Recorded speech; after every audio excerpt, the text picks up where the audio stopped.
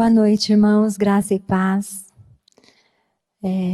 A gente está aqui hoje para dar continuidade à nossa palestra que nós fizemos na quarta passada. E vamos começar então com uma oração. Pai, nós estamos debaixo da Tua soberania, do Teu governo, da Tua direção. Guia a nossa mente, Pai, a nossa boca conforme o Teu querer. Que não saia de nós aquilo de nós, mas aquilo que o Senhor quer que seja dito, ó Pai. Sei que muitas coisas que são postas podem às vezes desagradar, pode às vezes chocar, pode às vezes confrontar com aquele nosso entendimento, mas o Senhor nos deu o Espírito Santo, que renova a nossa mente. Então, Espírito Santo, renova a nossa mente para o Teu querer, para a Tua glória, para que Teu nome seja glorificado em todo o tempo, e especial, Pai, nesse tempo presente. Que nós, enquanto pais, enquanto igreja, possamos verdadeiramente ser instrumentos Teus neste tempo que o Senhor preparou para nós. Somos entregues a Ti e este momento é para o louvor da Tua glória. Em nome de Jesus. Amém. Bem, nós paramos na semana passada, Jane e eu, bem aqui. Saul Alinsky e a Escola de Frankfurt deram origem à chamada nova esquerda que domina a ação do marxismo no Brasil. Porque alguns pensam que ainda nós vivemos o marxismo lenista, mas nós não vivemos mais uma guerra de sangue com armas, na violência. Nós vivemos outro tipo de violência, que é uma violência psicológica. Por isso que a Escola de Frankfurt e o Saul Alinsky são considerados, então, os que deram origem a essa nova esquerda, que é uma esquerda de revolução sem armas e feita às ocultas. Alguns podem até achar que isso é uma falácia, mas isso é uma verdade. Por isso que nós fizemos uma retrospectiva histórica do que foi a educação no Brasil, dos pensadores que antecederam todo o pensamento daquelas pessoas que se colocaram aqui para início da escolarização, e fomos seguindo com os pensadores Platão, Aristóteles, Rousseau, que é o pai da pedagogia, e viemos falando também sobre a questão religiosa. Porque nós, enquanto igreja, a gente prima para uma educação dos nossos filhos pautada na palavra de Deus. Só que nós estamos num tempo secular. E a secularização é um termo colocado, na verdade, uma teoria do Marx e do Engels. Então não tem como a gente fugir do que é a secularização. Secularização é tchau para o pensamento teológico, para o pensamento do divino, e vamos pensar somente neste tempo presente, neste século, porque nós somos matéria, nada de espiritual. Por isso, marxismo materialista. E também marxismo materialista e cultural, porque tem que trazer a cultura, porque tudo aquilo que se entende, que na verdade são as ideias, que é o conhecimento, é a partir da nossa cultura. E da cultura que você tem que trazer lá de trás. E a cultura que impera é a cultura greco-romana. Não é a cultura do período da época medieval. E esse todo é o pensamento da nova esquerda. E o que é que então fala a nova esquerda? Como é então que acontece a doutrinação ideológica nas nossas escolas? É uma lavagem cerebral mesmo. Uma lavagem cerebral que aconteceu na minha educação, possivelmente aconteceu na sua e acontece nas dos nossos filhos hoje também. E ela se dá também por meio dos livros didáticos, mas não só por meio dos livros didáticos, como a gente apontou aqui na palestra passada, mas ela vem a partir dos filmes, se nós prestarmos atenção, e muitas vezes a gente já, desde pequenininhos, a gente coloca os nossos filhos diante de uma televisão para assistir videozinhos, filminhos que parecem inocentes, mas que têm mensagens subliminares por trás e que a gente não dá conta. Mas eles dão conta, porque o ouvido deles é tão sensível, é diferente de nós. Existem pesquisas que falam que eles ouvem diferente, os sons são diferentes. O nosso ouvido não está treinado para isso. Mas o deles, tão jovenzinho ainda, com todas as coisas, eles entendem o que está sendo dito. E as novelas, um filme não é tão perigoso quanto uma novela, que todo dia, por meses, ela vem colocando aquela ideia específica na mente das pessoas. Os desenhos, os seriados, essa é a tecnologia. Mas também é pela autoridade do professor. Quando eu coloquei a escola de Frankfurt, uma das coisas que eles defendem fizeram várias pesquisas para isso, é a manipulação da massa.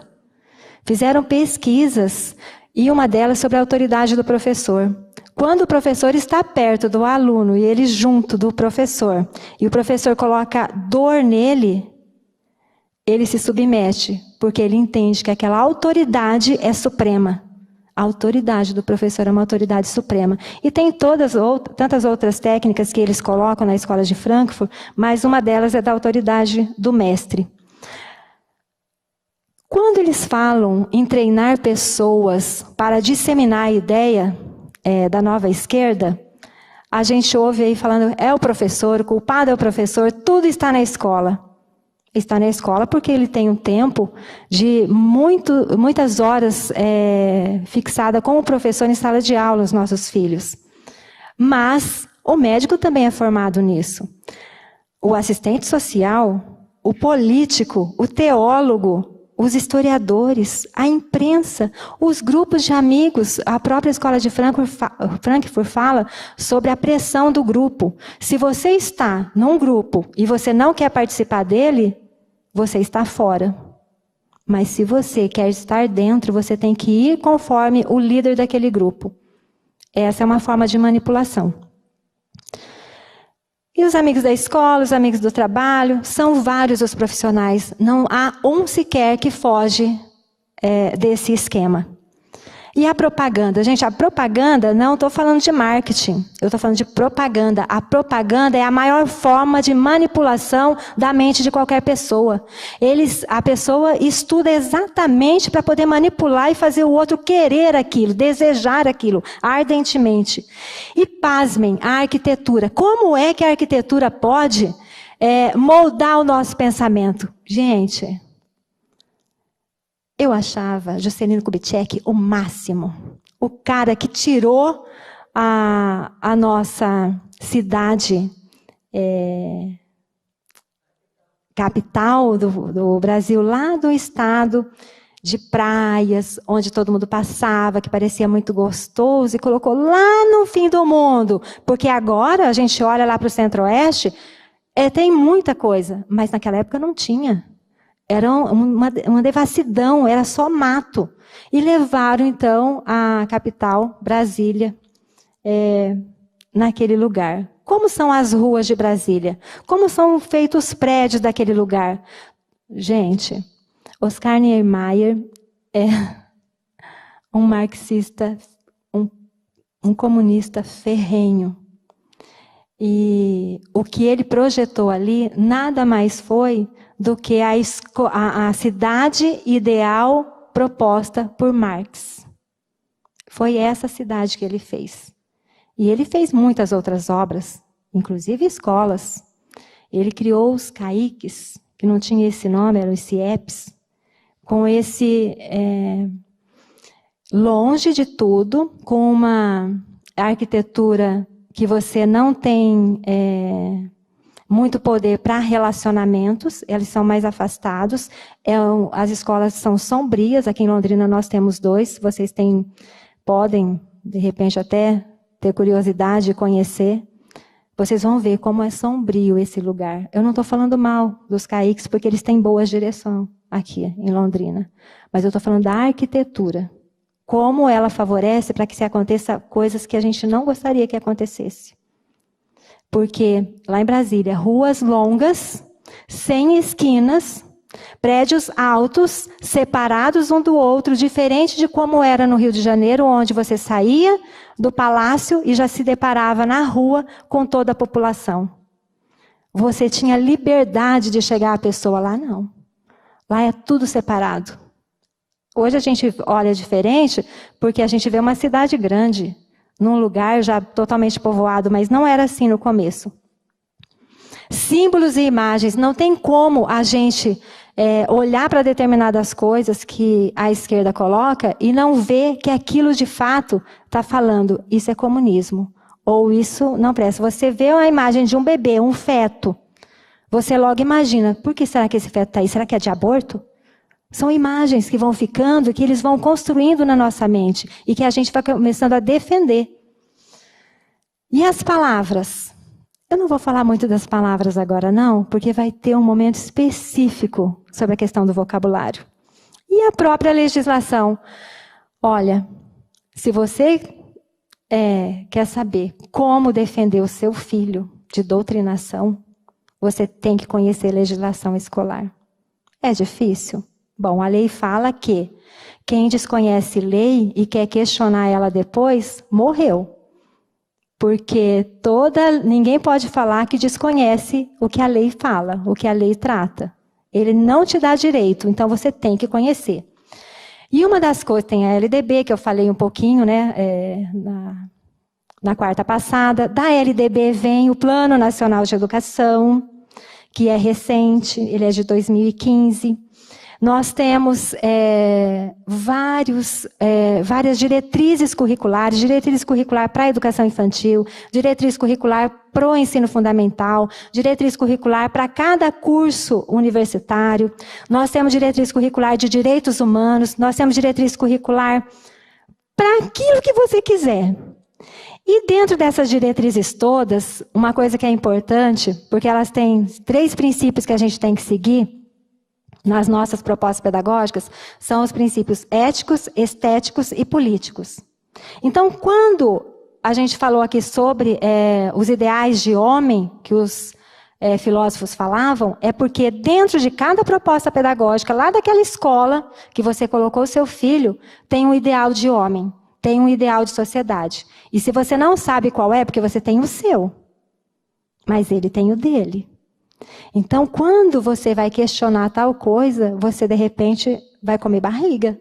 Porque você desconhece o que está posto lá. A primeira coisa que você tem que saber quando você vai na escola é perguntar: gostaria de conhecer a proposta pedagógica de vocês.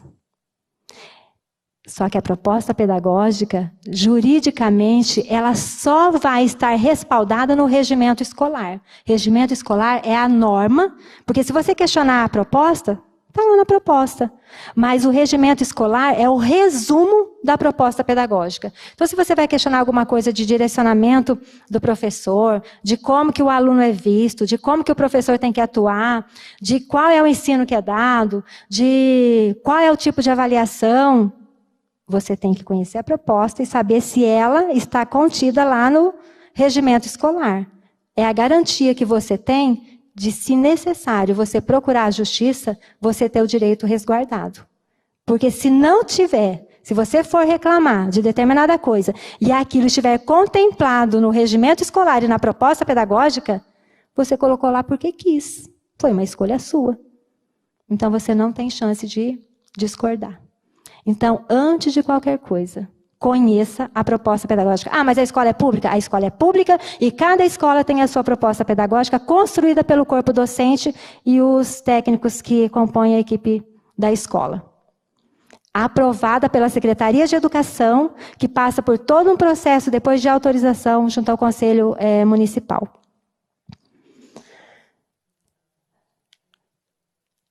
Quais são as pautas, então, mais discutidas pela nova esquerda? A pauta é antiga. Vem lá dos ideais de democracia, lá da República. Gente, República não é ruim. Democracia não é ruim. Se bem que hoje a esquerda fala que democracia é o que eles querem. Para a direita, democracia é o que eles querem. Então, o que é de fato democracia? A democracia, na verdade, se tornou uma das palavras de base de qualquer movimento, tanto revolucionário quanto reacionário. A gente tem que tomar cuidado com isso. Mas todos eles falam em liberdade e igualdade. Uma coisa que eu gostaria que ficasse assim, bem distinto, é a questão da laicidade e do laicismo. Porque quando a gente pega a Constituição, fala que nós vivemos num país laico e que a educação tem que ser laica. Mas o que é laico? Laico é a separação entre Estado e Igreja, garantindo proteção de crença e liberdades religiosas. Quer dizer, todos têm direito de prestar culto conforme tem o seu entendimento. Mas nós estamos vivendo, não é um período de laicidade. Nós estamos vivendo um período de laicismo. Laicismo que é assumir uma postura de tolerância ou de completa intolerância religiosa. E nós sabemos que a pauta da esquerda é destruir a família e qualquer coisa relacionada ao nosso Deus trino. E aí vem a intolerância religiosa. Aí vem a pauta do feminismo, vem a pauta da homossexualidade, do gênero. Ganhou agora o prêmio literário de 2022, uma mulher que eu nem lembro o nome, mas eu sei que ela é bem dessa pauta da nova esquerda. A luta dela, antes de se falar em feminismo, ela já era feminista. A luta dela ferrenha é para combater tudo aquilo que se coloca diante de Deus. A luta dela ferrenha é a favor daquilo que é esquerda mesmo. E ela fala isso com todas as letras. E ela ganhou o Prêmio Nobel de Literatura 2022. Eu desconhecia essa mulher. Mas agora ela vai ficar famosa. E muita gente vai ler as ideias dela, que são essas pautas, exatamente essas pautas. Outra pauta discutida é a questão dos direitos humanos. Olha, direitos humanos é tudo que a gente quer, não é? Se nós somos humanos, nós queremos direitos de habitação, nós queremos direitos de transporte, de ir e vir, direitos de ter uma convivência legal com a família, são os nossos direitos. Também a gente quer direito de poder frequentar o culto conforme a gente deseja, ou a missa. A gente quer votar e votar conforme a nossa concepção. Quer, então, os nossos direitos individuais e coletivos garantidos. Esses são direitos humanos. Mas como que isso é colocado pela pauta da esquerda? Como que é essa questão dos direitos humanos? Nós também queremos o fortalecimento da cidadania individual e coletiva, a busca de um estado de bem-estar. O que é um estado de bem-estar? Rousseau falava sobre isso, um estado de bem-estar, aquilo tudo que vai me favorecer, tudo tem que estar bom para mim. E preservando a livre iniciativa, que não é o caso, né? E por conta de todos esses direitos, no jurídico nós temos aqui a ampliação dos que é chamado remédios constitucionais, que são as garantias sagradas, tornou-se sagrado, da observância do direito. Habeas corpus, prende, desprende, prende, desprende. Não é da nossa competência, manda para outro e assim vai. Habeas data, que é hoje por conta disso, de você ter informação que você quer sobre determinadas pessoas, o portal da transparência. Mandados de segurança, gente, mandado de segurança até parece brincadeira, porque vai um determinado juiz, pega lá, aceita, né, recebe um processo aceito pelo Ministério Público, aí ele dá o aval, favorece, aí nisso já tem um outro que está sendo preparado pelo mesmo Ministério Público, que vai para um outro juiz e ele cancela aquele mandado. E parece assim, joguinho de brincadeira até, parece um bumerangue. Vai e volta, vai e volta. Mandados de injunção, ações, e assim segue. Então, quando a gente entra na justiça com relação aos alunos, aos nossos filhos, é um risco grande. Porque nós não sabemos se o nosso filho vai ser prejudicado ou não com determinada pauta. Nós não conhecemos aquilo que está sendo dito. Se eles chegarem até nós e falar, a gente vai conhecer. Senão, a gente não vai. Será que é só assim? Ou será que eu não deveria estar conversando mais com o meu filho? Será que eu não deveria estar conhecendo aquilo que está sendo dado naquele semestre? Será que eu não deveria olhar as tarefas dos meus filhos, o caderno dos meus filhos, saber quem são os professores dos meus filhos? A gente tem que ser detetive para saber o que está acontecendo. Porque chega num momento em que eles não vão querer mais contar as coisas para a gente. Eles não querem nem que a gente deixe eles na porta da escola. Pelo menos é isso que a propaganda mostra, não é? Não foi assim na minha casa. Não foi assim com nossos filhos. Nós levávamos ele para a escola, o casal de filhos. Nós buscávamos, nós sabíamos quem era o professor de cada disciplina. Quando começou a questão do Orkut, eu pesquisava quem eram esses professores lá no Orkut. Eu pesquisava na internet se eles tinham alguns processos e quais eram. Começava daí. Eu pesquisava quem era o diretor da escola. Eu pesquisava quem era o coordenador da escola. Porque aquilo, a vida dele traçada ali, já vai me mostrar um pouquinho de quem é aquela pessoa. E já vai me mostrar aquilo que ele pensa. E já vai me mostrar aquilo que está sendo ensinado para o meu filho. E quando o meu filho estava muito unido a algum amiguinho, eu queria trazer aquele amiguinho para junto de mim. Porque é melhor um amigo comigo do que o meu filho lá na casa do amigo. Eu não sei o que eles falam, eu não sei o que eles pensam. São cuidados que a gente tem que ter. Porque se eu precisar de ir para a justiça, eu tenho que ter certeza, porque eu já conheço a proposta, eu já conheço aquilo que está sendo dado naquele bimestre.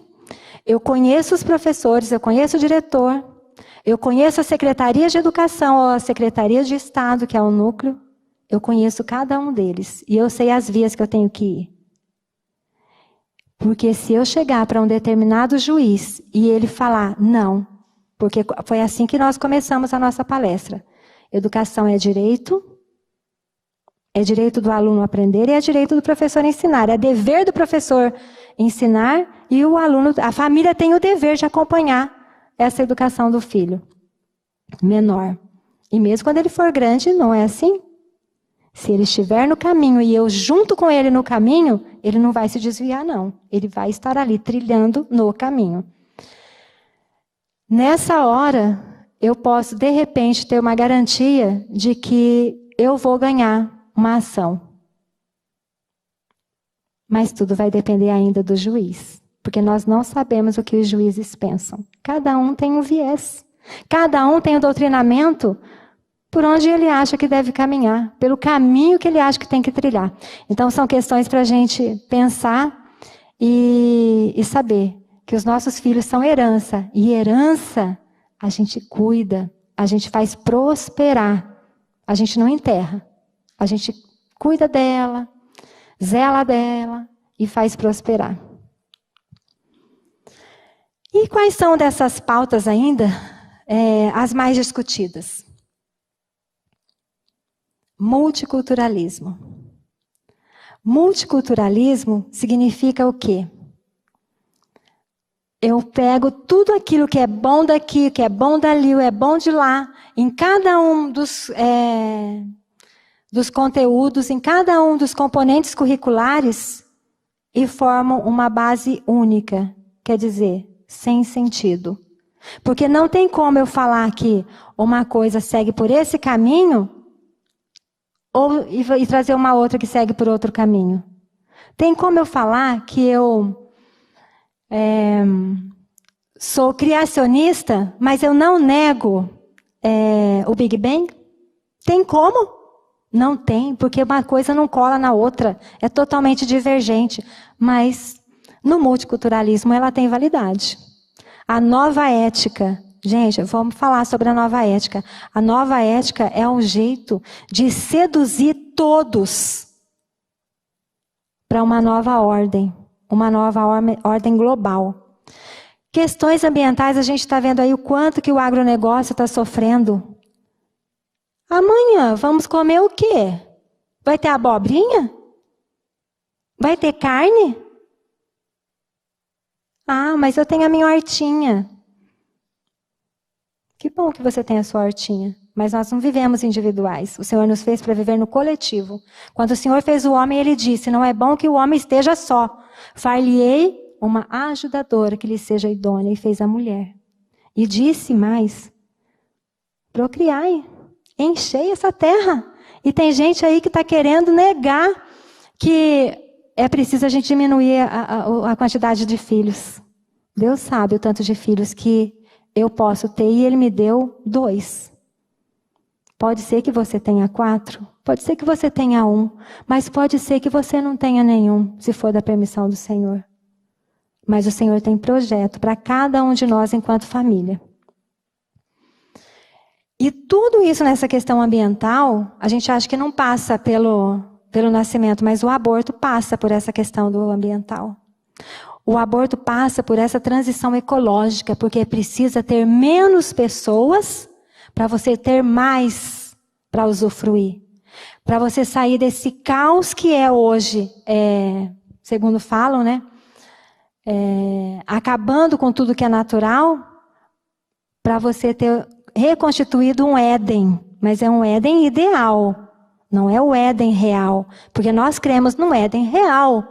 Um Éden que o Senhor colocou, que o Senhor fez, constituiu, colocou o homem e a mulher lá, deu de herança para o homem que não soube zelar. E por isso hoje a própria natureza geme para que esse juízo de Deus se manifeste. Porque está sério tudo isso. E essa questão de transição ecológica chega a ser uma coisa mística.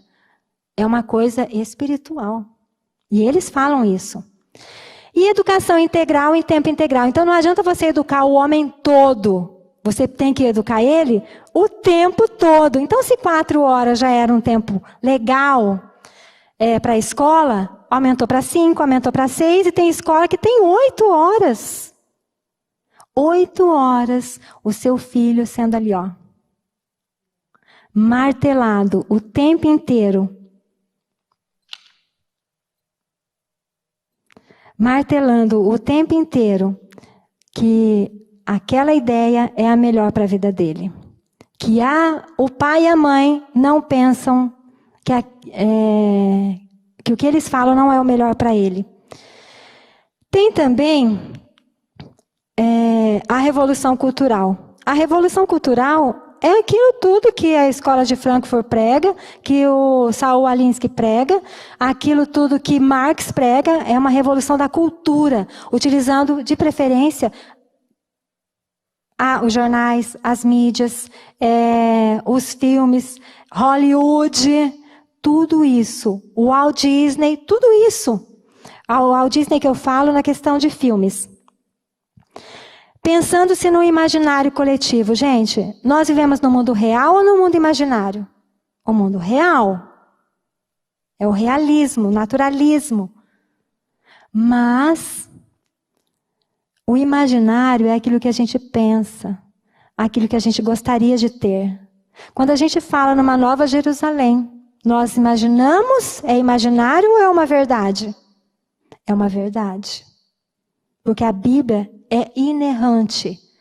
Deus é verdadeiro.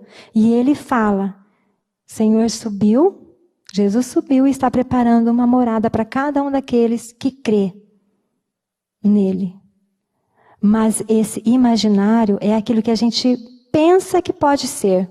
Então, não tem nenhum ismo, não é capitalismo, não é socialismo, não é comunismo, não é esquerdismo, não é direitismo, nada disso. Nenhum ismo é salvação para nada. A única salvação para a humanidade, e a gente sabe que não são todos que vão ser salvos, é a pessoa de Jesus Cristo.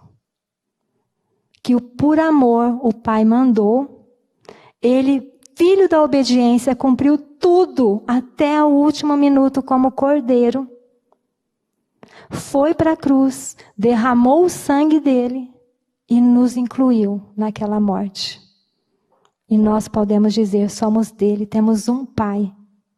Temos um Espírito Santo que habita em nós, a pessoa de Cristo, renovando a nossa mente todo dia. Então isso não é imaginário, isso é uma verdade. O imaginário coletivo é um conjunto de símbolos, costumes ou lembranças que têm significado específico para um coletivo e comum a todas as pessoas que fazem parte deste coletivo. Tem função social e aspectos políticos. Ele afeta a alma, afeta o desejo e possibilita a permanência. Então, quando os nossos filhos estão sendo, e mesmo nós, tratados numa determinada questão, estão ganhando a alma dele. Estão fazendo com que ele seja cativo daquilo lá, que ele deseje ardentemente aquele imaginário. E que ele permaneça. Por isso que a gente vê muitas pessoas, principalmente jovens, se enveredando por um mundo totalmente tenebroso, daquilo que eles aprenderam enquanto crianças, crendo nisso daqui, nessa permanência.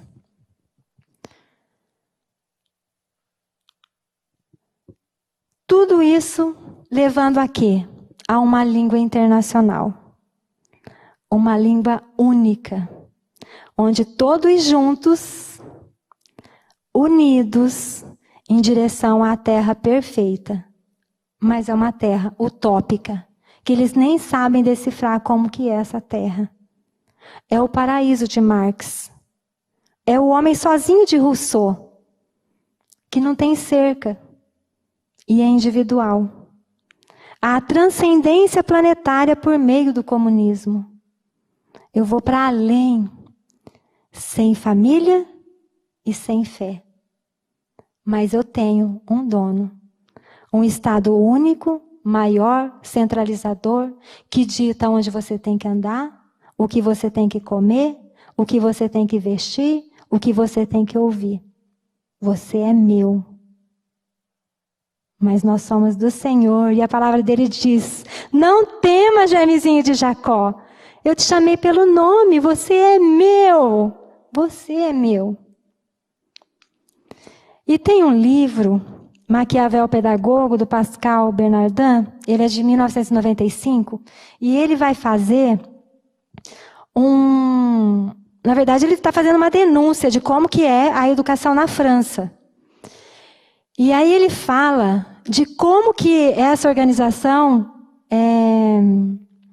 governamental, global, que é a Unesco, um braço da ONU, trata a educação e como que isso faz com que, de fato, a nova esquerda seja colocada na escola, nas nossas legislações, sem que a gente possa ter direito de se resguardar delas.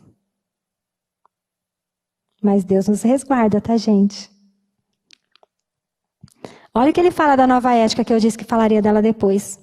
A nova ética não é outra coisa senão uma sofisticada reapresentação da utopia comunista. Então a nova ética é a justiça que se dá por meio do comunismo. Só o comunismo é capaz de fazer justiça, justiça real. A partir de uma mudança de valores, de uma modificação das atitudes. Gente, começou com, valor é absoluto. Não, agora valor é relativo. Lembra quando a gente ouviu a primeira vez valor é relativo? Como assim? Parece que foi outro dia, não é? Mas já faz tempo. E essas mudanças de valores, elas afetam diretamente o nosso comportamento, as nossas atitudes, bem como de uma manipulação da cultura, pretende-se levar a cabo a revolução psicológica, por isso a escola de Frankfurt. Então, se alguém tem dúvida sobre a escola de Frankfurt, lê um pouco mais sobre ela. Sobre a manipulação que ela faz das massas. Vocês vão ver o que é. E você acha que você está imune a isso. Não é verdade, porque eu não estou. Quando eu penso nas minhas atitudes e eu olho lá para a escola de Frankfurt, a Lúcia está sendo manipulada e nem sabe. E ulteriormente a revolução social. Essa nova ética faz hoje parte dos programas escolares. Então, se você pegar a proposta pedagógica lá do seu filho, vocês conhecem a proposta pedagógica do seu filho? Se não conhecem, estão perdendo tempo. Na verdade, entra no site do município, pesquisa lá qual é a linha pedagógica do município, qual é a base curricular que o município tem. Pesquisa no conselho municipal, também pelo site, se a escola do seu filho é uma escola que está aprovada. Porque ela pode não estar. Ela pode ser clandestina sem você saber e estar funcionando. O multiculturalismo, a formação de uma identidade cultural nova, aberta. Então, a soma de todos os valores juntos, de todas as culturas juntas, numa nova ideia. Coexistência de culturas diferentes. Os indivíduos, segundo as circunstâncias e segundo as suas necessidades, passam de uma cultura a outra, e mesmo tendo acesso a várias culturas. Sua razão de ser não se justifica mais unicamente por argumentos éticos, combater as discriminações produzidas pelo racismo ou etnocentrismo, ou jurídicos, respeitar os direitos humanos, mas também epistemológicos, diferenciar a maneira de pensar, as formas de inteligibilidade e a estrutura do saber. Nós vamos chegar um pouquinho mais além sobre essa questão das formas de pensar. Então, quando se fala em multiculturalismo, é multiculturalismo, uma coisa bem legal, né? Múltiplo, juntando tudo, é coisa boa, ou é emburrecimento? O multiculturalismo dá acesso a outras formas de conhecimento e a outras tradições culturais, depositárias de tipos de saber diferentes em seus conteúdos e em sua estrutura interna, daquela da tradição escolar. O que é a tradição escolar? É tudo aquilo que a gente acha que de fato é a educação. Que nós achamos, mas que já não é. O agenciamento da educação multicultural nos sistemas de educação é delicado, pois ele toca em um ponto sensível da organização do ensino, as formas de conhecimento e a hierarquia dos saberes. Se você pegar toda e qualquer legislação, você vai ver lá os diferentes saberes. Os diferentes saberes. A criança, desde o nascimento, tem que estar diante de várias culturas e dos diferentes saberes. São vários saberes. Aí a gente pensa, ai, nossa, vai saber bastante de matemática. Nossa, aquilo que eu não entendia lá de raiz quadrada, aí ele vai saber. A gente está achando que é isso, né? Não é isso, não. É a cultura que se entende como própria para colocar na cabeça dos nossos filhos hoje. E isso, quem colocou, foi a Organização para a Cooperação de Desenvolvimento Econômico, a OCDE. Que não está a briga agora aí? Se entra ou não entra, a OCDE está querendo que o Bolsonaro entra para ditar. Porque o que ela fala, gente? Ela é muito legal, ela é muito boazinha. Ela fala que já o Brasil investe demais no ensino superior. Ora, nós que somos professores sabemos disso, porque a parte maior, a porção maior, vai todo para o ensino superior, para pesquisa. E não é ensino, não. É ensina e pesquisa, muita pesquisa. Que aí nós, professores, falamos assim, lá na educação infantil, lá no ensino fundamental, cadê o recurso? Não tem. A OCDE... ela quer agora, porque ela já fez todo o investimento, gente, no ensino superior. O ensino superior está dominado. Agora precisa fazer da base. Já tem os professores formados no ensino superior. Agora a gente precisa formar a base. E ele estava muito relutante, o presidente. Mas se ele não entra, é uma faca de dois gumes. Nós temos que orar para o Senhor dar discernimento sobre isso. A gente acha, a gente vê as reportagens, a gente não sabe o que significa aquilo. Mas é isso. O que é que essas organizações que falam que o Brasil está lá em 10º, penúltimo lugar na educação, ele quer então agora investir em massa na educação escolar, no pré e no fundamental. Tá essa decisão para ser tomada. Então vamos orar a Deus por essa questão. Falei já sobre a formação dos professores, e aí olha só o que eles falam, gente, a OCDE de novo. Não é possível estender os programas de educação multicultural a todas as crianças, se o conjunto do corpo docente não receber uma sólida formação teórica sobre os problemas levantados pelas interações entre culturas diferentes. Então, primeiro a gente forma o professor, já estão formados, e vão continuar. Forma na formação inicial, que é a academia, e depois a continuada, que é a que a escola dá, que o sistema dá. Para daí, então, a gente ganhar as nossas crianças nesse projeto multicultural. Ainda sobre uma língua internacional, uma das questões que devem ser examinadas é a do desenvolvimento para essa sociedade global, a Unesco falando, de uma língua internacional que reforce e promova uma cultura internacional. Nós já vimos que essa língua é o comunismo. Que eu estou chamando, eu e a Jane, a gente pensou nesse nome junto, Alzheimer linguístico. Vocês conhecem alguém que tem Alzheimer? Não é fácil lidar com uma pessoa que tem Alzheimer. Além de ser difícil de lidar com a pessoa, é muito triste, porque a pessoa perde o repertório. Ela não tem mais repertório, ela esquece tudo. E isso vai minando de pouquinho, não é? De pouquinho, de pouquinho, de pouquinho. Até que ela não consegue nem saber mais quem é o outro que está junto dela, quem é ela, nada. Talvez não seja inútil recordar das palavras de Orwell, George Orwell, que colocava na boca de um de seus personagens e que se aplicam perfeitamente ao jargão mundialista e à futura língua internacional, que eu vou passar essa historinha para vocês daqui a pouco. Mas a questão é, em amarelo, a cada ano, menos e menos palavras. E o campo da consciência mais e mais restrito. Se tem menos palavras, gente, meu netinho tem 1 ano e 3 meses. O repertório dele, ele conhece muita coisa no consciente dele. Mas na verbalização, algumas coisas. Mas se eu falo qualquer coisa, mesmo que ele não consiga falar ainda, ele já remete a tal coisa. Então ele vai criando esse repertório. Só que se o repertório das palavras, o repertório da mente vem por conta das palavras que a gente ouve, está restrito, o nosso consciente vai estar mais restrito também.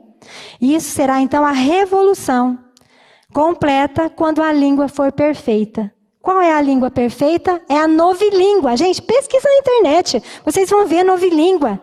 Tá para todo lado, novilíngua. Na verdade está Ingsoc, que eles falam, mas em inglês, na verdade, eu fui pesquisar, é com in. Ingsoc, em inglês, é socialismo. E o Ingsoc é a nova língua. Então, qual é a nova língua? É o socialismo. Então, você não vai mais conseguir falar se você não for na linguagem socialista. E ainda ele fala, com uma sorte de satisfação mística, que isso tudo acontece. E aí tem uma historinha de 1984, que na verdade é de 1945, ele foi escrito em 84, mas é nessa coleção. Mas ela é antiga, é de 1945, do Orwell, que diz assim: em certo 21 de junho, ocorreu na Inglaterra a revolta dos animais. Os porcos lideram um novo regime. Bola de Neve e Napoleão, porcos-chefes, exibem uma regra. Olha a regra. Qualquer coisa com 2 patas é um inimigo. Pensa bem, entre os animais, qualquer coisa com 2 patas é um inimigo. Nem qualquer coisa com 4 patas ou asas é um amigo. Porque tem um passarinho, né, gente? Ele tem 2 pés, mas ele tem asas. Então, se ele tem asa, ele não é inimigo. Nenhum animal deve usar roupas. Se usar roupas é inimigo. Nenhum animal deve dormir em uma cama. Nenhum animal beberá álcool. Nenhum animal matará outro animal. Todos os animais são iguais. O tempo passa, a chuva apaga os mandamentos. O burro, um cínico, ainda consegue decifrar. Todos os animais são iguais, mas parece que isso foi acrescentado. Há uns que são mais do que outros. Essa história de 1948, ela fala do futuro de Londres. E o líder, ele era chamado de o Grande Irmão. O Grande Irmão, ele vigiava e controlava o passo de toda a população da cidade. E existia uma palavra que era proibida. A palavra é liberdade. Liberdade é a base da democracia. E a democracia, de fato, é liberdade. Mas, para a nova esquerda, ela fala tudo em nome da liberdade. Para chegar num determinado momento em que o seu direito de liberdade, o Estado, o grande irmão, tomou de você, o seu dono. E você não tem mais para onde ir. E nessa cidade tem 4 ministérios. Cada vez inventa mais ministérios, né? Nos nossos lugares aqui, na nossa política. Mas aqui são só 4, ó. A paz, que se ocupa das guerras. Quando a Unesco fala, e Maquiavel, não Maquiavel, mas o Maquiavel pedagogo, quando Bernardin fala que a Unesco coloca paz, a gente tem que trabalhar paz nas escolas, por um bom tempo ele disse que a gente não podia usar esse termo, porque se nós falássemos paz, é porque teria guerra, e a gente não quer guerra. Porque a guerra desse período aqui é a guerra do Lenin e do Stalin, que estava matando todo mundo, ou no fuzil, ou na fome. Então, quando ele fala que a paz se ocupa da guerra, não é uma paz absoluta, mas é um pouco de paz. Do amor. O amor, o Ministério do Amor, ele legisla e mantém a ordem. O legislador corre do jeito que ele quer. A fartura que cuida da economia falida, porque você não tem mais nada. Alguns têm, outros não. E a verdade, que produz e edita notícias e entretenimento. Ó a indústria cultural. Olha os fake news. Essa é a verdade. E aí a gente vê os slogans hoje, né? A verdade não é mais verdade. A verdade é mentira. O Alinsky já falava isso. Nós temos que ir pela mentira e às escondidas. E ainda há quem acha que não tem problema tudo isso, né? E nessa cidade, diferente da nossa, tem 3 tipos de pessoas. Tem a nobreza, que são os membros do partido interno. Tem o partido externo, que é a sociedade, que é 13% da população, a sociedade. A sociedade usa uniforme. E tem a proles, que é 85%, são os invisíveis, ninguém vê, somos nós. Então, se você somar a população 85% com 13%, vai dar 98%. Quem são, então, essa nobreza? 2%. 2% que comandam o que você vai vestir, o que você vai pensar, se você vai dormir em cama, se você não vai usar roupas, se você é amigo ou se você é inimigo. Comandados por quem?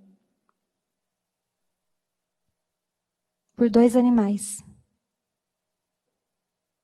Que foram tão endurecidos, porque se o inimigo é quem tinha 2 pernas, o inimigo é o homem.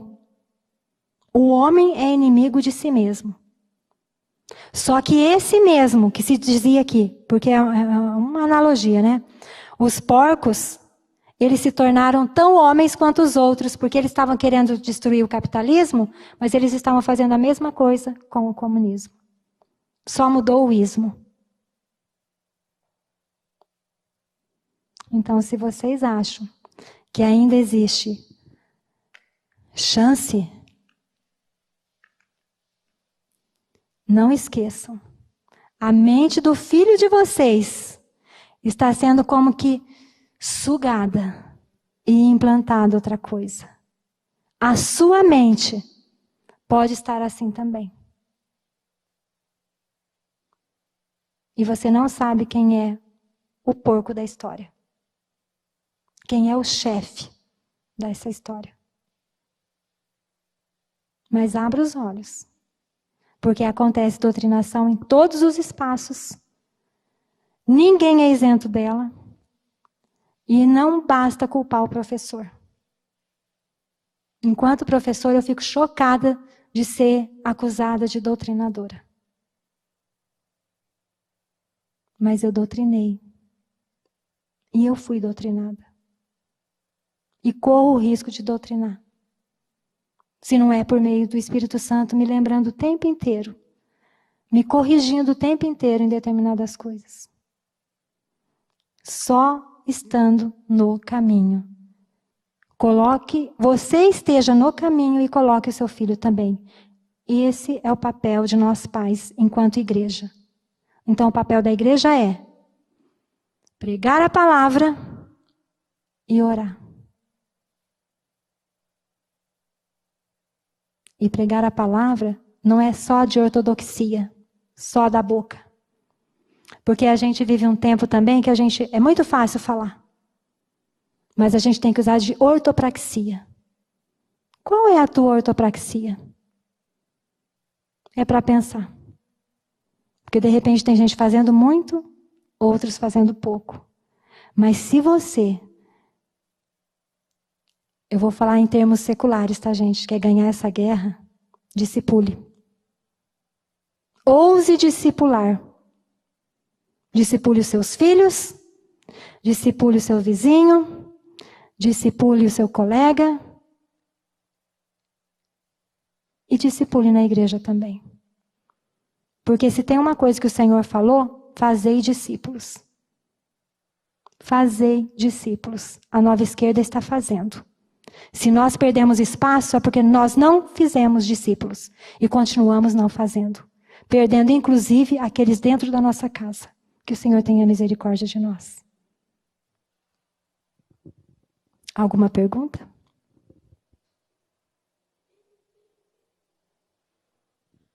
Não?